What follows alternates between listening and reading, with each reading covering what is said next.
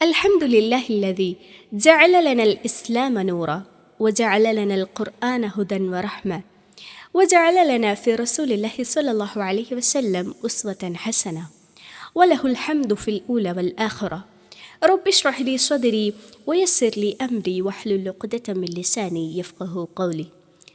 ഏറെ പ്രിയം നിറഞ്ഞ സത്യവിശ്വാസികളെ, അസ്സലാമു അലൈക്കും വറഹ്മത്തുള്ളാഹി. അള്ളാഹുവിൻ്റെ അപാരമായ അനുഗ്രഹത്താൽ ഈ വർഷത്തെ റമദാനിലേക്കും നമ്മൾ പ്രവേശിച്ചിരിക്കുകയാണ്. അൽഹംദുലില്ലാ. ഒരുപാട് സൽക്കർമ്മങ്ങൾ ചെയ്യുവാനും അതുവഴി അള്ളാഹുവിൻ്റെ സ്വർഗം ലഭിക്കുവാനും നമുക്ക് ഓരോരുത്തർക്കും നാഥൻ തൗഫീഖ് നൽകുമാറാകട്ടെ. ഈ റമദാനിൽ ഖുർആനുമായി കൂടുതൽ ബന്ധം സ്ഥാപിക്കുവാനും അത് മനസ്സിലാക്കുവാനും പഠിക്കുവാനും ജീവിതത്തിൽ പകർത്തുവാനും അള്ളാഹു നമുക്ക് അവസരങ്ങൾ നൽകുമാറാകട്ടെ. ഇൻഷാ അല്ലാ, ഈ റമദാനിലൂടെ നമ്മൾ സൂറത്ത് മറിയം പഠനവിധേയമാക്കുകയാണ്. 98 ആയത്തുകളാണ് ഈ സൂറത്തിലുള്ളത്. നമുക്കറിയാം, മക്കയിൽ അവതരിച്ചിട്ടുള്ള സൂറത്താണ് സൂറത്തു മറിയം എന്നുള്ളത്. മക്കയിൽ പ്രവാചകന് നുബുവത്ത് ലഭിച്ച് 5 വർഷം പിന്നിട്ടു.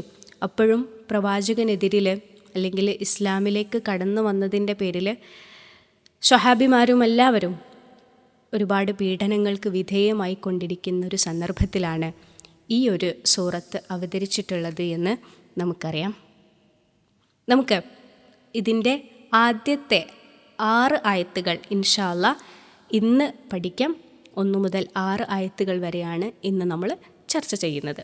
ആദ്യം അതിൻ്റെ പാരായണത്തിലേക്ക് നമുക്ക് കടക്കാം. أعوذ بالله من الشيطان الرجيم بسم الله الرحمن الرحيم كافها يا عين صاد ذكر رحمة ربك عبده زكريا إذ نادى ربه نداء خفيا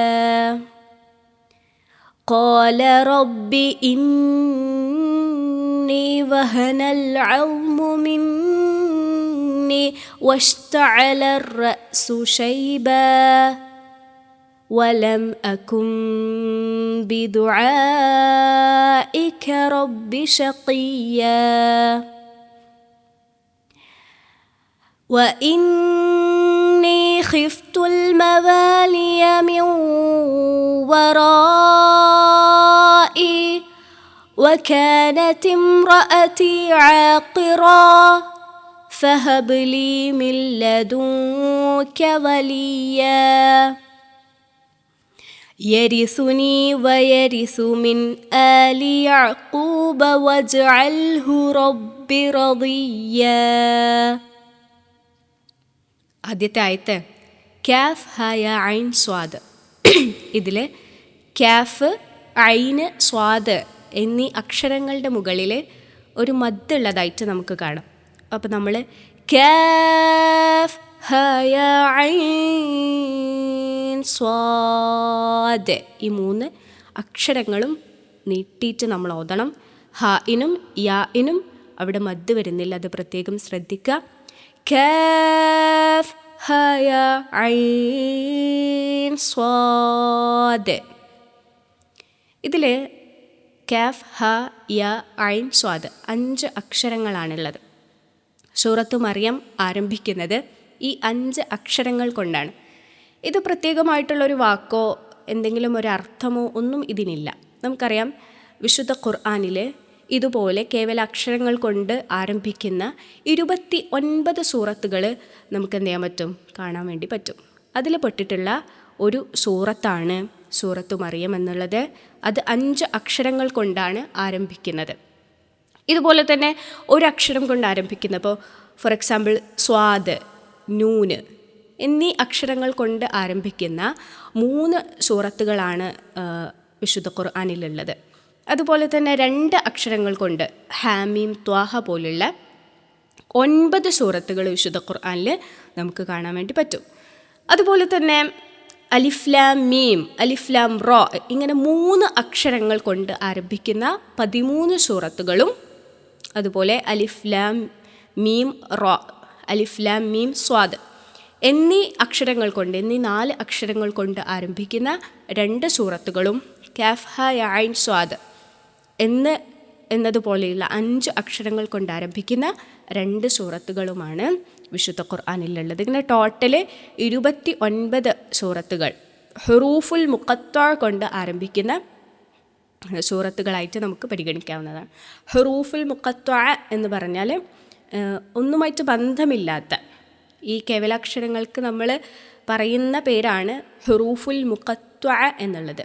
അതായത് അടുത്ത ആയത്തുമായിട്ടോ അല്ലെങ്കിൽ മറ്റെന്തെങ്കിലും കാര്യങ്ങളുമായിട്ടോ അതിന് ബന്ധമൊന്നുമില്ല. അള്ളാഹുവിനാണ് ഇതിനെക്കുറിച്ച് കൂടുതൽ അറിയുന്നത്. പല പണ്ഡിതന്മാരും പല അഭിപ്രായങ്ങളും ഈ കേവലാക്ഷരങ്ങളെക്കുറിച്ച് നടത്തിയിട്ടുണ്ട്. അതിൽ ഒരു അഭിപ്രായം എന്ന് പറയുന്നത്, ഇത്തരത്തിലുള്ള അക്ഷരങ്ങൾ കൊണ്ടാണ് ഇത്രയും അമാനുഷികമായിട്ടുള്ള വിശുദ്ധ ഖുർആൻ അവതരിച്ചിട്ടുള്ളത്. അപ്പോൾ ഇതിനൊരു വെല്ലുവിളിയായിട്ട് ഇതുപോലെ ഏതെങ്കിലും ഒരു ആയത്തോ അല്ലെങ്കിൽ ഒരു സൂറത്തോ നിങ്ങൾക്ക് കൊണ്ടുവരാൻ കഴിയുമോ എന്നുള്ളൊരു വെല്ലുവിളിയായിട്ട് ഈ കേവലാക്ഷരങ്ങളെ കാണാമെന്ന് പറയുന്ന പണ്ഡിതന്മാരുണ്ട്. ഇങ്ങനെ പല അഭിപ്രായങ്ങളും നമുക്ക് തഫ്സീറുകളിൽ നിന്നും മറ്റുമൊക്കെ മനസ്സിലാക്കാവുന്നതാണ്. എന്നതിനപ്പുറത്തേക്ക് കൃത്യമായിട്ട് ഇതാണ് ഇതുകൊണ്ട് ഉദ്ദേശിക്കുന്നത് എന്ന് നമുക്ക് എവിടെയും കാണാൻ കഴിയില്ല. അത് അള്ളാഹു നമുക്ക് അറിയിച്ചു തരികയും ചെയ്തിട്ടില്ല. പ്രവാചകരോ മറ്റും ഇത് എന്താണ് എന്ന് ചോദിക്കുന്നതായിട്ട് ഒന്നും നമുക്ക് തഫ്സീറിലൊന്നും കാണാൻ കഴിയില്ല. അതുകൊണ്ട് തന്നെ അള്ളാഹുവിലേക്ക് നമുക്ക് വിട്ടുകൊടുക്കാം. അള്ളാഹുവിനാണ് ഏറ്റവും കൂടുതൽ ഇതിനെക്കുറിച്ച് അറിയുന്നത് എന്നാണ് നമ്മൾ മനസ്സിലാക്കേണ്ടത്. 2ാമത്തെ ആയത്ത് പാരായണം ചെയ്യുന്ന സമയത്ത് ദിക്റു റഹ്മതി റബ്ബിക അബ്ദഹു സക്കരിയ, അവിടെ ദിക്റു എന്നോതരുത്, ദിക്റു റഹ്മതി റബ്ബിക, ബഇന് ഷദ്ദുണ്ട്, റബ്ബിക അബ്ദഹു എന്നല്ല, ബഇന് സുക്കൂൻ വരുന്ന സമയത്ത് അബ്ദഹു ബ് എന്നുള്ള സൗണ്ട് ക്ലിയർ ആയിട്ട് നമ്മൾ കേൾക്കണം. അബ്ദഹു സക്കരിയ, ദിക്റു റഹ്മതി റബ്ബിക അബ്ദഹു സക്കരിയ, ഈ രൂപത്തിലാണ് ഈ ആയത്ത് പാരായണം ചെയ്യേണ്ടത്. ദിക്ർ എന്ന് പറഞ്ഞാൽ ഉത്ബോധനം അല്ലെങ്കിൽ വിവരണം. ഹാദാ ദിക്റുൻ എന്നതിലെ ഹാ ഒഴിവാക്കിയിട്ട് ദിക്ർ, ഇത് എന്താണ്? ഒരു വിവരണമാണ്. റഹ്മതി കാരുണ്യത്തെക്കുറിച്ചുള്ളൊരു വിവരണമാണ്. റബ്ബിക നിൻ്റെ നാഥൻ്റെ, അബ്ദഹു അവൻ്റെ ദാസനോട് അല്ലെങ്കിൽ അവൻ്റെ അടിമയോട്. ഏതടിമ? സക്കരിയ, തൻ്റെ അടിമയോട് അല്ലെങ്കിൽ സക്കരിയയോട്, സക്കരിയ അലൈഹിസ്സലാമയോട് ഉള്ള നിൻ്റെ നാഥൻ്റെ കാരുണ്യത്തെക്കുറിച്ചുള്ള വിവരണമാണിത് എന്നാണ് പറയുന്നത്.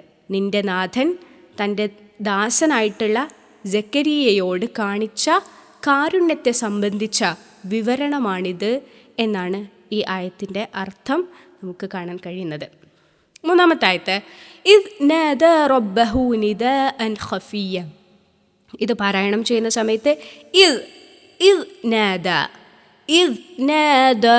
റബ്ബഹു നിദാഅൻ ഖഫിയ്യ, അവിടെ ഇദ് നാദ റബ്ബഹു ബഇന് ഷദ്ദുണ്ട്, ഹു ഹ എന്നുള്ള സൗണ്ട് ക്ലിയർ ആയിട്ട് കേൾക്കണം. ഇദ് നാദ റബ്ബഹു നിദാഅൻ ഖഫിയ്യ, നിദാഅൻ ഖഫിയ്യ, അവിടെ നിദാഅൻ തൻവീന് കഴിഞ്ഞതിന് ശേഷം ഖ എന്നുള്ള ലെറ്ററാണ് വരുന്നത്. അതുകൊണ്ട് തന്നെ അത് മണിക്കൊന്നും ചെയ്യരുത്. നിദാഅൻ ഖഫിയ്യ, ആ തൻവീനും ഖും ക്ലിയർ ആയിട്ട് കേൾക്കണം. നിദാഅൻ ഖഫിയ്യ, അവിടെ ദാല് കഴിഞ്ഞിട്ട് മദ് നമുക്ക് കാണാൻ കഴിയും. നിദാഅൻ ഖഫിയ്യ ഇദ് നാദ, അദ്ദേഹം വിളിച്ചപ്പോൾ, റബ്ബഹു തൻ്റെ രക്ഷിതാവിനെ, നിദാഅൻ ഒരു വിളി, ഖഫിയ പതുക്കെ എന്ന് പറഞ്ഞാൽ സ്ലോലി എന്ന അർത്ഥത്തിലല്ല, കുറഞ്ഞ ശബ്ദത്തിൽ, അതായത് രഹസ്യമായിക്കൊണ്ട് അദ്ദേഹം തൻ്റെ നാഥനെ വിളിച്ചപ്പോൾ, ഒരു വിളിച്ചപ്പോൾ എന്ന് പറഞ്ഞാൽ വളരെ രഹസ്യമായിക്കൊണ്ട് പ്രാർത്ഥിച്ചപ്പോൾ എന്നാണ് ഉദ്ദേശിക്കുന്നത്. ജക്കരിയ അലൈഹിസ്സലാം അള്ളാഹുവിനോട് രഹസ്യമായിട്ട് പ്രാർത്ഥിക്കുകയാണ്. അത് പരസ്യമായിട്ട് അള്ളാഹു നമുക്ക് പറഞ്ഞു തരാണ് ചെയ്യുന്നത്. പക്ഷേ ജക്കരിയ നബി അള്ളാഹുവിനോട് രഹസ്യമായിട്ടാണ് പ്രാർത്ഥിച്ചിട്ടുള്ളത്.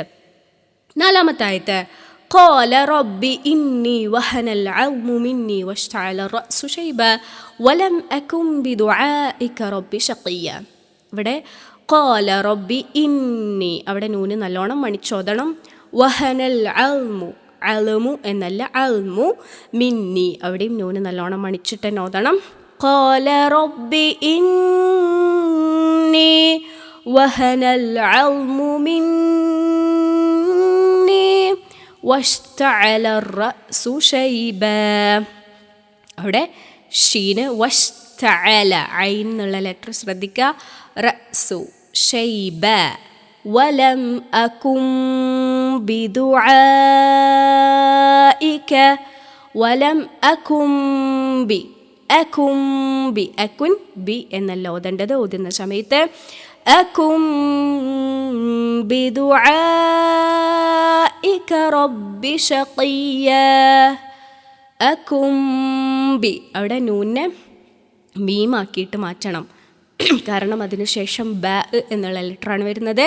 അകും ബിദുആഇക, ഐന് മദ്ദുണ്ട്. റബ്ബി ശഖിയ. ഖാല, അദ്ദേഹം പറഞ്ഞു.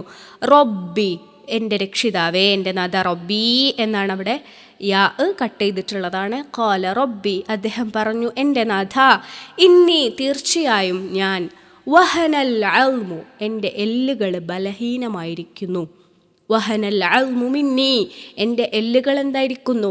ബലഹീനമായിരിക്കുന്നു, ക്ഷയിച്ചു പോയിട്ടുണ്ട്. വഷ്തഅല റഅസു ശൈബ, വഷ്തഅല എന്ന് പറഞ്ഞാൽ കത്തി ജ്വലിക്കാനാണ്.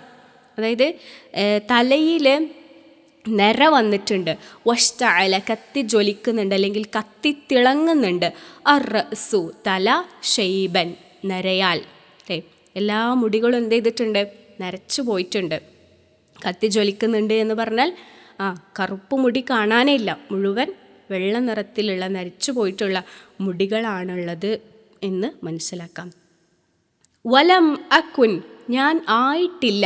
ബിദുആഇക, നിന്നോടുള്ള പ്രാർത്ഥനയിൽ. റബ്ബി ശഖിയ, നാഥ ഭാഗ്യം കെട്ടവൻ ഞാൻ ആയിട്ടില്ല എന്നാണ് പറയുന്നത്. 5-ാമത്തെ ആയത്ത്, وإني خفت المذالي من ورائي وكانت امرأتي عاقرا فهب لي من لدنك وليا. وإني, അവിടെ നൂന് നല്ലോണം മണിച്ചോദണം. ഖിഫ്തുൽ മദാലിയ, ഖിഫ്തുൽ എന്നല്ല ഖിഫ്തുൽ മദാലിയ മിൻ വറാഇ, അവിടെ മിൻ വറാഇ രണ്ടും ശ്രദ്ധിക്കണം. തെൻവീനുള്ള നൂനും അതിനുശേഷം വാവാണ് വരുന്നത്. അതുപോലെ തന്നെ റോ കഴിഞ്ഞിട്ട് മദ്ദുണ്ട്. മിൻ വറാഇ വകാനത് ഇംറഅതി ആഖിറൻ ഫഹബ് ലി മിൻ ലദുക വലിയ. ആഖിറൻ ഫഹബ്, ആഖിറൻ ഫഹബ്. തൻവീന് കഴിഞ്ഞതിന് ശേഷം ഫ ആണ്, ഇഖ്ഫ ആണ്. ആഖിറൻ ഫഹബ് ലി മിൻ ലദുക വലിയ. അവിടെ തൻവീനുള്ള നൂന് ശേഷം ലാമാണ് വരുന്നത്, അതുകൊണ്ട് അവിടെ മണിക്കരുത്. മിൻ ലദുക, അവിടെ തൻവീന് കഴിഞ്ഞതിന് ശേഷം കാഫ് വരുന്നു. മിൻ ലദുക വലിയ. അർത്ഥം നോക്കാം. വ ഇന്നി, നിശ്ചയമായും ഞാൻ. ഖിഫ്തു, ഞാൻ ഭയപ്പെട്ടു. അൽ മവാലിയ, ബന്ധുക്കളെ. മിൻ വറായി, എനിക്ക് പിറകിൽ പതിയിരിക്കുന്ന, അതായത് എനിക്ക് പിൻഗാമികളായിട്ടുള്ള എൻ്റെ ബന്ധുക്കളെ ഞാൻ ഭയപ്പെട്ടിരിക്കുന്നു. വകാനത് ഇംറഅതി, എൻ്റെ ഭാര്യ ആകട്ടെ, എൻ്റെ ഭാര്യ ആയിരിക്കുന്നു. ആഖിറൻ, വന്ധ്യ. വന്ധ്യ എന്ന് പറഞ്ഞാൽ പ്രസവിക്കാത്തവൾ, മച്ചിയായിരിക്കുന്നു. ഫഹബ്, അതിനാൽ നീ ദാനമായി നൽകണമേ. ലീ, എനിക്ക്. മിൻ ലദുൻക, നിന്നിൽ നിന്നും. വലിയ, ഒരു ബന്ധുവിനെ.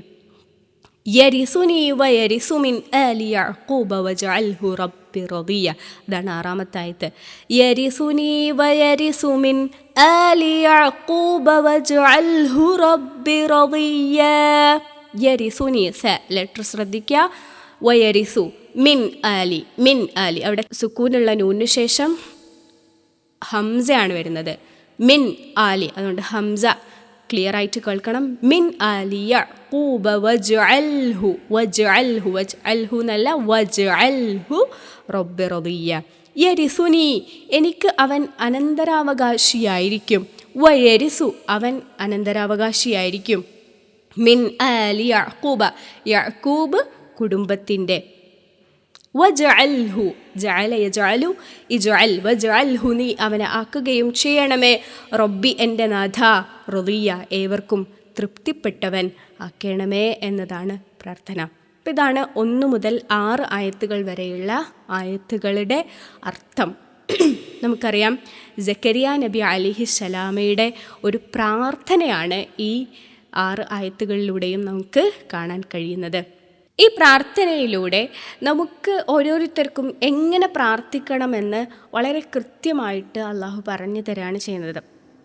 നമുക്കറിയാം സക്കരിയ നബി അലൈഹിസ്സലാം ഒരു മകന് വേണ്ടിയിട്ട് അല്ലേ, ഒരു മകൻ ഉണ്ടാവുന്നതിന് വേണ്ടിയിട്ട്, ഒരു സന്താനം ഉണ്ടാകുന്നതിന് വേണ്ടിയിട്ട് പ്രാർത്ഥിക്കുകയാണ് അള്ളാഹുവിനോട്. പ്രാർത്ഥിക്കുന്ന സന്ദർഭം ശരിക്കും നമ്മളൊന്ന് കാണണം. അവിടെ സക്കരിയ നബി അലൈഹിസ്സലാം തൻ്റെ നിസ്സഹായത അള്ളാഹുവുമായിട്ട് പങ്കുവെക്കുന്നുണ്ട്. ഖാല റബ്ബി ഇന്നി വഹനൽ അൽമു മിന്നി വഷ്തഅല റഅസു ശൈബ. അത് വിശദീകരിക്കുന്നത് നമ്മൾ നോക്കൂ. വഹനൽ അൽമ് എല്ലുകളൊക്കെ എന്ത് ചെയ്തിട്ടുണ്ട് പടച്ചോനെ, ക്ഷയിച്ചു പോയിട്ടുണ്ട്, ബലഹീനമായിട്ടുണ്ട്. മിന്നി എന്നിൽ നിന്ന്.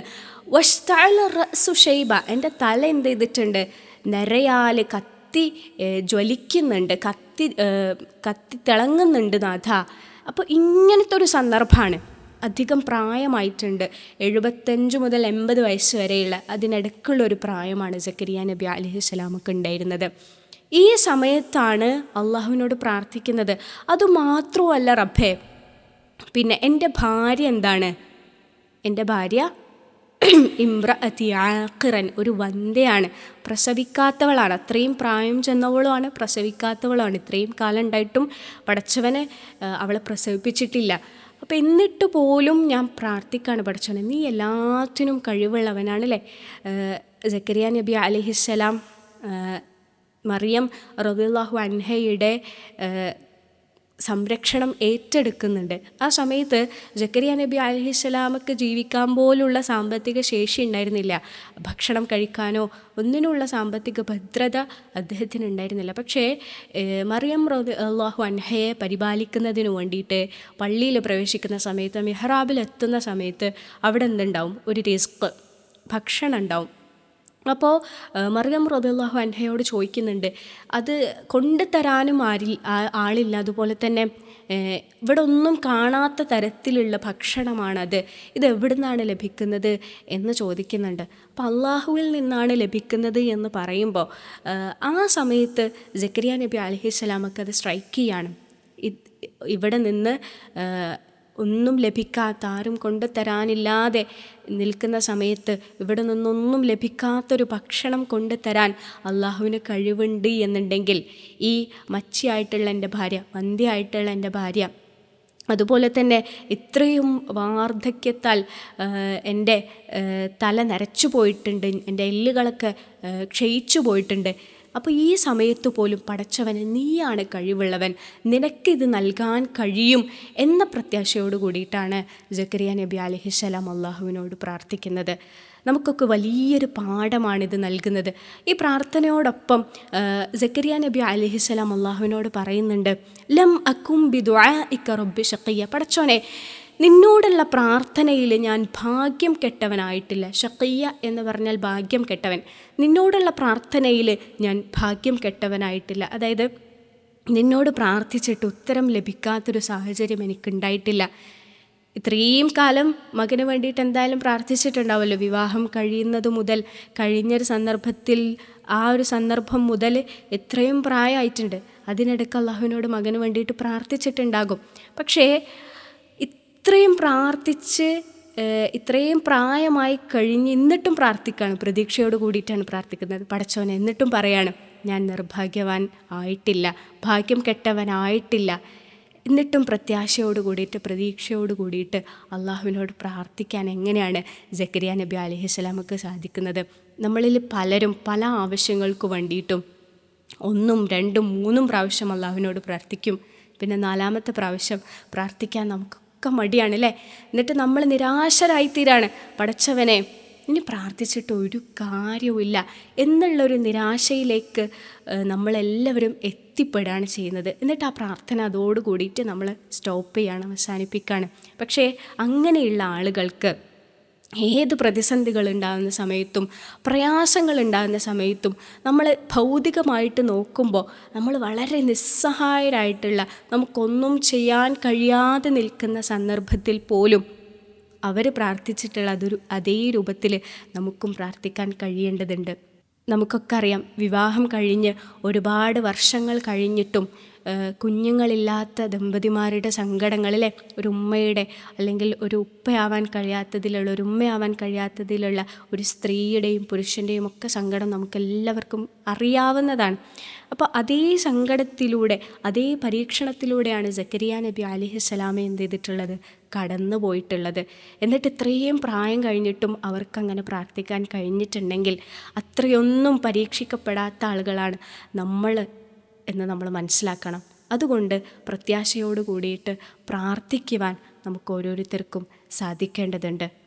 നമുക്കറിയാം, സൂറത്ത് ബഖറയിലെ 186 ആയത്തിൽ അള്ളാഹു പറയുന്നുണ്ട്, വഇദാ സഅലക ഇബാദി അന്നി ഫഇന്നി ഖരീബുൻ ഉജീബു ദഅവത ദാഇ ഇലാ ദഅൻ എന്നുള്ളത്. വഇദാ സഅലക നിന്നോട് ചോദിച്ചാൽ, ഇബാദി എൻ്റെ അടിമ, അന്നി എന്നെക്കുറിച്ച്, ഫഇന്നി ഖരീബുൻ ഞാൻ നിശ്ചയമായും സമീപസ്ഥനാണ്, ഉജീബു ഞാൻ ഉത്തരം നൽകും, ദഅവത ദാഇ പ്രാർത്ഥിക്കുന്നവൻ്റെ പ്രാർത്ഥനയ്ക്ക് ഞാൻ ഉത്തരം നൽകും, വിളിക്കുന്നവൻ്റെ വിളിക്ക് ഞാൻ ഉത്തരം നൽകും, ഞാൻ അവന് സമീപസ്ഥനാണ് എന്ന് എൻ്റെ അടിമയോട് നീ പറയണമെന്ന് പ്രവാചകൻ സ്വല്ലല്ലാഹു അലൈഹി വസല്ലമയോട് ചോദിക്കുകയാണ്. നമുക്കൊക്കെ അറിയാം, നമ്മളൊക്കെ 1-2 പ്രാവശ്യം പ്രാർത്ഥിച്ചു കഴിഞ്ഞാൽ പിന്നെ അതിലൊക്കെ നിരാശപ്പെടും. അത് കിട്ടിക്കഴിഞ്ഞിട്ടില്ല എന്നുണ്ടെങ്കിൽ അതിൽ നിരാശ കൊണ്ട് പോകുന്നവരാണ് നമ്മളിൽ പലരും. നമ്മൾ മനസ്സിലാക്കേണ്ട ഒരു കാര്യമെന്ന് പറയുന്നത്, നമ്മുടെ പ്രാർത്ഥനയ്ക്ക് 3 രൂപത്തിലാണ് അള്ളാഹു ഉത്തരം നൽകുക. ഒന്നാമത്തേത്, ആ സ്പോട്ടിൽ തന്നെ അള്ളാഹു എന്ത് ചെയ്യും? നമുക്ക് ഉത്തരം നൽകും. ചില സന്ദർഭങ്ങളൊക്കെ നമ്മൾ ആലോചിച്ച് നോക്കിയാൽ അങ്ങനെ നമുക്ക് ഉത്തരം ലഭിച്ചിട്ടുള്ള പലതുണ്ടായിരിക്കും. പല ആളുകളും പറയുന്നുണ്ട്, നമ്മൾ ഹറമിൽ നിന്നൊക്കെ പ്രാർത്ഥിക്കുന്ന സമയത്ത് തിരിച്ച് നാട്ടിലേക്ക് തിരിച്ചെത്തിക്കഴിഞ്ഞാൽ നമ്മൾ എന്താണോ പ്രാർത്ഥിച്ചത് അത് ഉടനെ തന്നെ നമുക്ക് ലഭിക്കുന്നൊരു പ്രത്യേകമായിട്ടുള്ള ഒരു മിറാക്കിൾ ജീവിതത്തിലുണ്ടായി എന്നൊക്കെ പലരും പറയാറുണ്ട്. അതായത് ഭൗതികമായിട്ടുള്ളൊരു സാഹചര്യങ്ങളും ഉണ്ടായിരുന്നില്ല, പക്ഷേ ഞാൻ അന്ന് പ്രാർത്ഥിച്ചത് കൊണ്ട് എനിക്കത് ലഭിച്ചു എന്നൊക്കെ പലപ്പോഴും പലരും പറയുന്നത് കേട്ടിട്ടുണ്ട്. അപ്പോൾ ഇങ്ങനെ സ്പോട്ടിൽ പ്രാർത്ഥനയ്ക്ക് ഉത്തരം ലഭിക്കുന്ന പല സന്ദർഭങ്ങളും ഉണ്ടാവും. രണ്ടാമത്തെ ഒന്ന് എന്ന് പറയുന്നത്, നമുക്ക് ഒരു പക്ഷേ നമ്മൾ പ്രാർത്ഥിക്കുന്ന ഒരു കാര്യം അത് നമുക്ക് നന്മയായിരിക്കണമെന്നില്ല. എന്തെങ്കിലും ഒരു ദുരന്തം അല്ലെങ്കിൽ എന്തെങ്കിലും ഒരു തിന്മ നമ്മൾ കാണാതെ അതിൽ പതിയിരിക്കുന്നുണ്ടാവും. നമ്മെക്കുറിച്ച് അല്ലെങ്കിൽ ഈ ലോകത്തിൻ്റെ വ്യവസ്ഥയെക്കുറിച്ച്, ഈ സമയത്തെക്കുറിച്ച്, ഈ കാലത്തെക്കുറിച്ച് എല്ലാം അറിയുന്നവൻ അള്ളാഹുവാണ് അല്ലേ? അപ്പോൾ അള്ളാഹുവിനറിയാം ഏത് സമയത്ത് അത് നമുക്ക് നൽകിയാലാണ് കൂടുതൽ ഗുണകരമാവുക എന്നുള്ളത്. പല ആളുകൾക്കും രോഗശമനത്തിന് വേണ്ടിയിട്ട് നമ്മൾ പ്രാർത്ഥിക്കാറുണ്ട്. ആത്മാർത്ഥമായിട്ട് പ്രാർത്ഥിക്കുകയാണെന്നുണ്ടെങ്കിലും പല ആളുകളും മരണപ്പെട്ടു പോകുന്നത് നമ്മൾ കാണാറുണ്ട്. അപ്പോൾ ഒരു പക്ഷേ അവർക്ക് ഏറ്റവും ഹൈറായിട്ടുള്ളത് മരണമായിരിക്കും. അല്ലെങ്കിൽ മറ്റ് പല സന്ദർഭങ്ങളും നമ്മൾ എടുത്തു നോക്കുകയാണെന്നുണ്ടെങ്കിൽ നമ്മൾ പ്രാർത്ഥിച്ചിട്ട് ലഭിക്കുന്നതിനേക്കാൾ ഉത്തമമായിട്ടുള്ളത് അള്ളാഹു നമുക്കും അവർക്കും ഒക്കെ നൽകിയിട്ടുണ്ടാവും. അപ്പോൾ നമ്മൾ പ്രാർത്ഥിച്ച ആ ഒരു സമയത്ത് ചിലപ്പം അത് നന്മയായി കൊള്ളണമെന്നില്ല. ആ സമയത്ത് നമുക്ക് കിട്ടിക്കഴിഞ്ഞാൽ നമുക്കറിയില്ലല്ലോ അതിലെന്തൊക്കെ ദോഷങ്ങളാണ് വരാനിരിക്കുന്നത് എന്നുള്ളത്. അപ്പോൾ ചിലപ്പോൾ കുറച്ച് കാലം കഴിഞ്ഞിട്ടായിരിക്കും അത് നമുക്ക് അള്ളാഹു തരുന്നുണ്ടാവുക. അപ്പോൾ ആ സമയത്ത് നമുക്ക് ലഭിക്കുമ്പോഴായിരിക്കും കൂടുതൽ നന്മ ഉണ്ടാവുക എന്നുള്ളത് നമ്മൾ മനസ്സിലാക്കുക. ഇതാണ് രണ്ടാമത്തേത്. മൂന്നാമത്തൊന്ന് പറയുന്നത്, നമ്മൾ എത്ര പ്രാർത്ഥിച്ചു കഴിഞ്ഞാലും നമുക്ക് ഈ ലോകത്ത് നിന്ന് അതിന് ഉത്തരം ലഭിക്കുകയില്ല. നമ്മൾ പല കാര്യങ്ങൾക്ക് വേണ്ടിയിട്ടും എത്രയോ തവണ അള്ളാഹുവോട് പ്രാർത്ഥിച്ചിട്ടുണ്ടാവും അല്ലേ? നമുക്കറിയാം, പല ആവശ്യങ്ങളും നമ്മൾ ഉന്നയിക്കുന്ന സമയത്ത് സ്പോട്ടിൽ നമുക്ക് കിട്ടിയിട്ടുണ്ടാവില്ല, കുറേ കാലങ്ങൾ കഴിഞ്ഞിട്ടും നമുക്ക് കിട്ടിയിട്ടുണ്ടാവില്ല. അപ്പോൾ നമ്മളിങ്ങനെ വിചാരിക്കും, എന്തുകൊണ്ടാണ് പടച്ചോൻ എനിക്കത് തരാത്തത് എന്നിങ്ങനെ നമ്മളതിൽ നിരാശ പൂണ്ട് കഴിയുന്നവരായിരിക്കും. അപ്പോൾ നമ്മൾ മനസ്സിലാക്കേണ്ടത്, അങ്ങനെ ഉത്തരം കിട്ടാത്ത പ്രാർത്ഥനകൾ നമുക്ക് കൂടുതലുണ്ട് എന്നുണ്ടെങ്കിൽ തീർച്ചയായിട്ടും പരലോകത്ത് വെച്ച് അത് ഇരട്ടിയായിട്ടല്ലേ നമുക്ക് നൽകാൻ അള്ളാഹു ഉദ്ദേശിച്ചിട്ടുണ്ടാകുമെന്നുള്ളതാണ്. നമ്മളൊരു കാര്യത്തിന് വേണ്ടിയിട്ട് ആത്മാർത്ഥമായിട്ട് പ്രാർത്ഥിച്ചിട്ട് ഒരു ഉത്തരവും അതിന് ലഭിക്കുന്നില്ല എന്നുണ്ടെങ്കിൽ ഏറ്റവും കൂടുതൽ സന്തോഷവും ആനന്ദവും ഉണ്ടാവേണ്ടത് നമുക്ക് ആ കാര്യത്തിലാണ്. പ്രാർത്ഥിച്ചിട്ട് ദുനിയാവിൽ നിന്ന് ഉത്തരം കിട്ടുന്ന പ്രാർത്ഥനകളേക്കാൾ നമ്മൾ കൂടുതൽ സന്തോഷിക്കേണ്ടത്, ആ നിമിഷങ്ങളേക്കാൾ നമ്മൾ കൂടുതൽ സന്തോഷിക്കേണ്ടത് ഞാൻ എത്ര പ്രാർത്ഥിച്ചിട്ടും പടച്ചവൻ എനിക്ക് തരാത്തതിലാണ്. കാരണം തന്നിട്ടില്ല എന്നുണ്ടെങ്കിൽ പരലോകത്ത് വെച്ച് അതിനേക്കാൾ ഏറ്റവും ഉത്തമമായിട്ടുള്ളത് അള്ളാഹു നമുക്ക് നൽകും എന്നതാണ്. അപ്പോൾ പ്രാർത്ഥനകൾ 3 രൂപത്തിലാണ് ഈ പ്രാർത്ഥനകൾക്കൊക്കെ നമുക്ക് ഉത്തരം ലഭിക്കുക. അതുകൊണ്ട് തന്നെ ഒരു വിശ്വാസി പ്രാർത്ഥിക്കുന്ന കാര്യത്തിൽ ഒരിക്കലും നിരാശയുള്ളവരായി മാറാൻ പാടില്ല.